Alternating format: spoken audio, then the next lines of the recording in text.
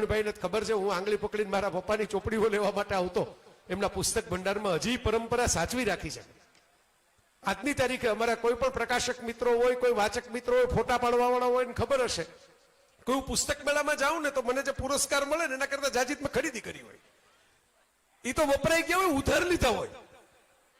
ઓલા ભારત વાળા મારા પ્રકાશક હોય, એનો સ્ટોલ હોય, એટલે હું એમ કહું કે ભાઈ મારી રોયલ્ટીમાંથી પેટે મને અત્યારે 25,000 મળશે, 20,000 મળશે, તો આ પુસ્તકો થોડાક વધારે લઈ લઉં. એમ કરીને ત્યાંથી ઉધાર લઈ લઈને મેં પુસ્તકો ખરીદ્યા હોય. એમાંથી આ બધા સંસ્કાર આવ્યા, એમાંથી આ બધી વાતો આવી. ઘણા બધા વડીલો મિત્રો બેઠા છે, બધાના તો નામ લેવા મારા માટે શક્ય નથી, નહીતર તો મધરાત આમ જ થઈ જશે. બધાના સ્મરણો બહુ સારા છે. લાલોની ટીમ તો હાજર છે જ. મને બહુ ગમી. મેં પિક્ચર જોયું, મોડું જોયું થોડુંક, જોકે જોયા પહેલા મેં તો એમને પ્રમોટ કરેલા, વખાણ કરેલા બધાના. કારણ કે અમારી એક સંસ્થા છે અમદાવાદમાં, નાનકડી કલા સ્મૃતિ નામની, એમાં બધાને બોલાવેલા ખરા ત્યારે. અને મેં ધક્કોય મારેલો કે ભાઈ રીવા જામનગરમાં હું બોલવા આવેલો PGVCL ના પ્રોગ્રામમાં. એમાં મેં કહેલું કે આ દીકરીનું, જામનગરની દીકરીનું પિક્ચર આવે છે, તમે લોકો તો જોજો, બીજા જોવે કે ન જોવે. જામનગર વાળા તો. રીવા તો મારી નજર સામે મોટી થયેલી દીકરી છે. એના પપ્પા મારા મિત્ર વિરલ રાજ, એ સાવ નાનકડી ફ્રોક પહેરીને પપ્પાના નાટકોમાં આટા મારતી બેક સ્ટેજમાં, એ મેં જોયેલું છે. આજે એ આવડી મોટી ગુજરાતની સૌથી મોટી ફિલ્મ જે થવા જઈ રહી છે, ગુજરાતના ઇતિહાસની સૌથી મોટી હિટ ફિલ્મ. આ તો સિનેમાના ચાહક તરીકે હું કહું છું. ઓલરેડી અત્યારે તો રેકોર્ડ બનાવી જ રહી છે, પણ હું એ જોઈ રહ્યો છું કે આમ ચાલશે. જે અત્યારે ફ્લો છે એ ફ્લો ચાલશે, તો ભવિષ્યની અંદર જ્યારે ગુજરાતી સિનેમાનો ઇતિહાસ લખાશે, તો જેમ હિન્દી ફિલ્મોના ઇતિહાસમાં તમારે શોલેનું નામ લેવું પડે કે ભાઈ સૌથી મોટી કઈ, તો કે શોલે, એવી રીતે લાલોનું નામ લેવું પડશે. એમાં આ બધા મિત્રો હાજર છે. એ આજે ધોળકાના આંગણે પણ આવ્યા આપણી વચ્ચે. અને આપણી આ ફરજ છે, કંઈક નામ એવું હોવું જોઈએ ને. આખી દુનિયામાં કંઈક જાય, ધારો કે કોઈક ફોરેનમાંથી આવે, અમેરિકામાંથી આવે, માર્ગેશભાઈને રિસર્ચ કરે કે ગુજરાતમાં આટલું બધું છે. ગુજરાતમાંથી અત્યારે વર્તમાન વડાપ્રધાન, ગૃહપ્રધાન 11 વર્ષથી હું તો કહું જ છું, ઇન્દ્રપ્રસ્થમાં જયારે માથાકૂટ થાય ત્યારે કોઈ ગુજરાતી જ જવું પડે. કા દ્વારકાથી જાય, બરોબર, કા વડનગરથી જાય, કા પોરબંદરથી જાય, બરોબર, જવું તો ગુજરાતી હોય જ પડે. આ નિયમ છે કે ઇન્દ્રપ્રસ્થ છે એ સચાવવા માટે કોઈક ને કોઈક ગુજરાતની ધરતીમાંથી જાય. પણ જ્યાં ઇતિહાસ કોઈ વિદેશી આવીને ઇતિહાસ લખશે, તેમ કે ગુજરાતમાં સૌથી મોટી કૃતિ કઈ, તો ઝવેરચંદ મેઘાણીનું નામ આવે. કે સૌથી વધારે કઈ આત્મકથા કઈ, તો ગાંધીજીના સત્યના પ્રયોગોનું નામ આવે.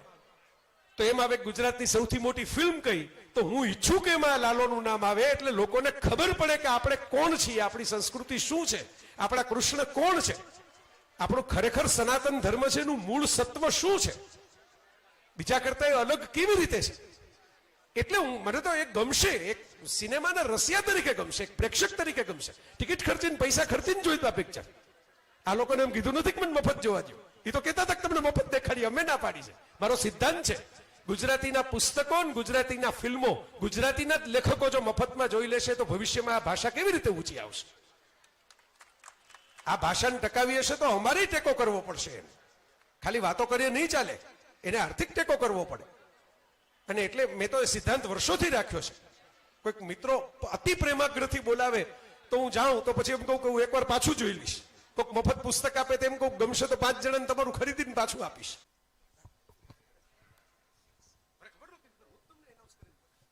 ના ના સર, તમે પ્લીઝ ઉભા રહો. મારે ખાલી, હું ક્યારનો એ વિચારતો હતો કે અમારે કલાકારો, અમે જે ફિલ્મ બનાવીએ એમાં કેવું હોય કે અમે લાઇટ લગાડેલી હોય, 1-2 મહિનાથી રિહર્સલ કરતા હોય, લાઈનો યાદ કરતા હોય, શૂટ થઈ જાય એના પછી એના ઉપર કલર મારતા હોય, પછી મ્યુઝિક હોય, એના પછી એ રિલીઝ થાય ને પછી લોકો જોવે ને એમને ફીલ થાય. પણ તમે છેલ્લા 1 કલાકથી બોલો છો સતત, એમાંથી હું લગભગ 4-5 વાર ગડગડો થયો. અને આજે શબ્દોની કળા છે ને સર, કારણ કે મારું અટેન્શન સ્પાન બહુ ઓછું છે. હું તરત કદાચ તમારી સામે જોતો હોય પણ મારા વિચારો ક્યાંક બીજે હોય. પણ હું સતત કલાકથી તમને સાંભળું છું અને મને એમ થાય છે કે યાર આ કળા, આ શબ્દો, આ કદાચ અંદરથી તો આવતા જ હશે, પણ જે ઉપરથી આવી રહ્યા છે ને, જે આમ આપણા સુધી પહોંચી રહ્યા છે, બહુ અદ્ભુત સર. મને બહુ, કદાચ હું આટલું બધું તમારી સામે ના બોલી શકું, પણ મને ક્યારનો ઉમળકો હતો કે હું આ બોલું, તમને બોલું. એકલામાં બોલવાનો હતો, પણ આજે માઇક આપી દીધું સરે. પણ અને હું તો પહેલી વાર તમને સાંભળું છું. મેં આજ સુધી તમને વિડીયોઝમાં જ જોયા છે, લાઈવ પહેલી વાર સાંભળું છું. પણ બહુ આનંદ થયો અને થેન્ક યુ કે તમે અમને ઇન્વાઇટ કર્યા sir. Thank you so much. આપણે અમદાવાદ મળ્યા હતા, ફિલ્મ જોઈ હતી અને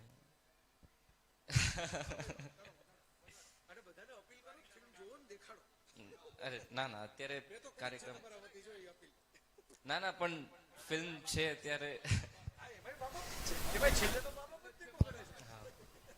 લાલો ફિલ્મ થિયેટર્સમાં ચાલી રહી છે, બહુ બધાને ખબર હશે. અને હું એટલું સિમ્પલ એટલું એક વાક્યમાં કહીશ કે જીવન કઈ રીતે જીવવું છે એ જાણવું હોય તો આ ફિલ્મ જોવા જજો. જય શ્રી કૃષ્ણ, જય દ્વારકાધીશ. સૌથી પહેલા તો માર્ગેશભાઈનો ખૂબ ખૂબ આભાર કે અમને લોકોને આજે આ પ્રોગ્રામમાં આવવાનો અવસર મળ્યો. અને ખાલી એમને એટલે નથી કહેતી, કારણ કે અમે સતત 2 મહિનાથી જેમ વાત કરી લાલો અમારી જે ફિલ્મ છે એને લઈને ચાલી રહ્યા છીએ. એટલે પ્રમોશનમાં જોઈએ છીએ, થિયેટર વિઝિટમાં જોઈએ છીએ. અને રેરલી એવી કોઈ જગ્યા હોય છે કે જ્યાં અમે ફિલ્મનો ભાર મૂકી અને એમને એ પ્રોગ્રામમાં હોઈએ. આજે મને, અને સાચું કહું તો હું તો જય સર એવું કહે છે કે એમને મને નાનપણથી જોઈ છે. મને એવા સંભારણા છે કે થિયેટર પીપલના કંઈક પ્રોગ્રામ હોય અને ટાઉન હોલમાં બેક સ્ટેજમાં તમારી સાથે કંઈક વાતોચીતો કરતી હો ને એવું બધું ટહુકા કરતી હો. પણ એ કરતાંય વધારે એવું હતું કે 10th 11th નો એવો સમય હતો કે હું યુટ્યુબમાં તમારા પ્રવચનો સાંભળતી. અને હું એટલી ઓબ્સેસ્ડ હતી ને કે મારે, એટલે હું ટ્યુશનમાંથી આવું ને પછી લૂપમાં એ જ ચાલતું હોય એમ. પછી વચ્ચે એક ફેઝ આવ્યો કે જરા કદાચ કામમાં વ્યસ્તતા ને બધું રહી ગયું કે આપણે પણ એટલું સંપર્કમાં ના રહી. પણ આજે બેસીને હું આરામથી નિહાળી શકી અને મને એ બધા દિવસો યાદ આવે. મને બહુ મજા આવી. તમે જે આખું 1 કલાકમાં બોલ્યા ને, ખૂબ મજા આવી. અને એ અવસર અમને માર્ગેશભાઈના લીધે મળ્યો, એટલે એમને થેન્ક યુ. લાલોનું પ્રેશર વગર હું આજે જયભાઈને એન્જોય કરી શકી એટલા માટે. અને મા બાપની વાત તો ખૂબ સુંદર રીતે કરી જ છે. હું જો કદાચ ફિલ્મને આમાં ભેગી વણવા જાઉં તો એટલું જ છે. સુહદે જેમ વાત કરી એમ કે જીવન કઈ રીતે જીવવું એ તમારે જો જાણવું હોય એ જોવા તો તમે ફિલ્મમાં જાવ જ. પણ ઈશ્વરને જ્યારે ઈશ્વરની પદવીથી આપણે જ્યારે મા કે બાપની પદવીમાં રાખીએ છીએ કે એમને એ રીતે મનમાં લઈને ચાલીએ છીએ. અને આજે ફિલ્મમાં પણ એવી રીતે ઈશ્વર જો આપણને એવી રીતે મળે કે આપણને, જો આપણને દુઃખ થતું હોય તો સામે ઈશ્વરને પણ દુઃખ થતું હોય છે એવું દેખાડે છે ફિલ્મમાં પણ. આપણે જો કરીએ છીએ કર્મો તો એ પણ ઉપર બેઠો બેઠો જોવે છે. તો એ કરુણતા કે એ દુઃખ માં જેવું છે ઈશ્વરમાં, કે બાપ જેવો ઠપકો પણ આપે છે કે સત્ય નથી, ખોટું બોલતા હતા, ચોરી કરવા આવ્યા હતા. એટલે એ દ્રષ્ટિકોણથી જો આપણે ઈશ્વરને જોવા લાગીએ તો જીવન કેટલું સુંદર થઈ જાય. આપણે કારણ કે પૂજ્ય કરી નાખ્યા છે એમને, પ્રિય નથી રાખ્યા. જો પ્રિય હોય તો જીવન કેટલું સુંદર હોય એ જોવા માટે પણ તમે લાલો જોવા જજો. અને બાકી આજના કાર્યક્રમના અમને આ તો મેં એટલે ટકોર કરી. રીવા એના, હું જેમ મારા મમ્મી પપ્પાનો એકનો એક દીકરો, હવે દીકરાને તો અમુક પ્રકારની સ્વતંત્રતા, અમુક ઉડાન એ બધું સહેલું પડે આપણા સમાજમાં, બીજી રીતે પણ દીકરીને સ્વતંત્રતા આપવી. એક જ દીકરી છે એના મમ્મી પપ્પાની, વિરલ અને ફાલ્ગુનીની એક જ દીકરી રીવા. અને હું એનો સાક્ષી રહ્યો છું કે મા બાપમાંથી બે એને એ કે મારે આ કરવું છે તો એ કરો, આપણે ફરવા, એ બે આને લઈને ફરવા બધે જાય કે દીકરીને ખબર પડે કે પેઇન્ટિંગ કેવા હોય જગતના, મ્યુઝિક કેવું હોય જગતનું, દુનિયાના સારા નાટકો બતાવે, સારી ફિલ્મો બતાવે. મા બાપ જનરલી ના પાડે પણ એને બદલે પોતે ભેગા 2 મહિનાના વેકેશન લેવા જાય. અને મને વિરલનો ફોન આવે કે ભાઈ એમ કે હું રીવા સાથે, એટલે રીવાને એમ ખબર પડે ને કે આ હોય જગતમાં, આ જોવા જેવું છે, આ જોવા જેવું છે. એટલે આજના મમ્મી પપ્પાઓ માટે આ છે. મેં તો રીવાને કીધું કે તમે આ કહો, પણ એને મને માઇક આપી દીધું. એટલે મેં બહુ બોલ્યો હું, એટલે બહુ વધારે તમારો સમય નથી લેવો. પણ આજના મમ્મી પપ્પાઓ માટે કે ભાઈ દીકરાને તો બધા મુક્તિ આપે, એક સમય હોય. મા બાપ તરીકે આપણે જાણીએ જ છીએ કે ભાઈ મા બાપે, ખલીલ જીબ્રાન નામના એક મોટા ફિલોસોફર થઈ ગયા એવું કહેતા કે મા બાપ છે ને એ ધનુષ્ય જેવા છે, 2 છેડેથી ઝૂકે ને ત્યારે તીર દૂર જાય. ધનુષ હંમેશા 2 છેડેથી ઝૂકે ત્યારે તીર હંમેશા દૂર સુધી જાય.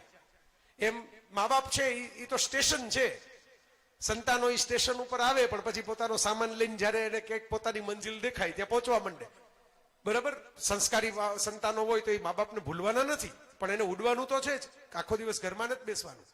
આ એક નવું વાત છે કે વિરલ, ફાલ્ગુની બંને મમ્મી પપ્પા તરીકે એકની એક દીકરીને ભરોસો રાખીને, હિંમત રાખીને એકલી રહેવાઈ દીધી, ફિલ્મોમાં કામ કરવા દીધું. બહુ જ ડાહી છોકરી છે.